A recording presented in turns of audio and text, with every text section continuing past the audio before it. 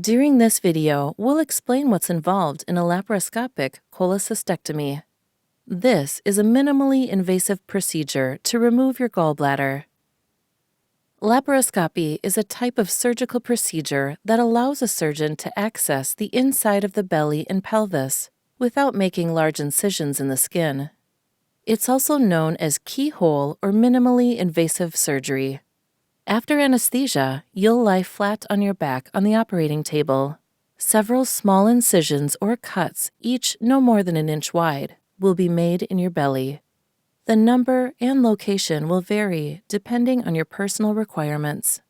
One of them is usually next to your navel.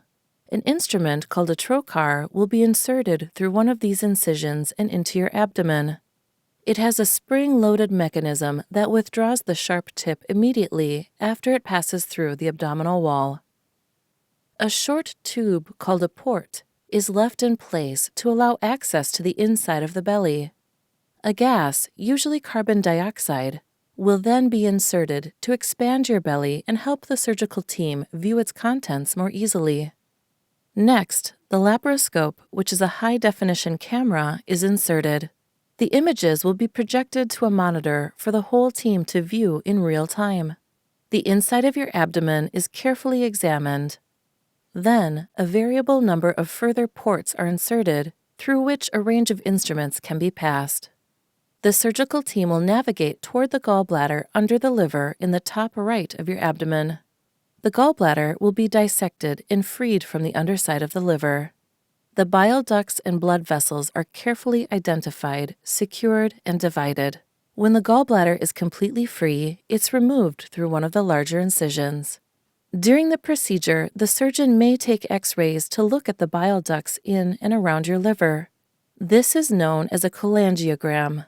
A special contrast dye is injected into the bile duct system, and X-rays are taken. This will show any gallstones that may still be in the bile duct system. If stones are found, the surgeon may try to remove them. If at any point the surgical team encounter excessive bleeding or other difficulties that cannot safely be treated through the small incisions, they may need to make a larger cut in the abdomen to treat you. Before finishing, the surgeon will take one last look around for any bleeding or areas of damage. Once satisfied that the procedure has been completed, the instruments and ports will be removed. The carbon dioxide gas is released. Occasionally, you may have a wound drain left in place. The incisions will be closed with sutures or skin staples and covered with dressings. The contents of this video are a general depiction of this procedure and the risks involved. It's not necessarily accurate for your personal situation. Information specific to your individual circumstances is listed in the written consent information sent to you by your healthcare team.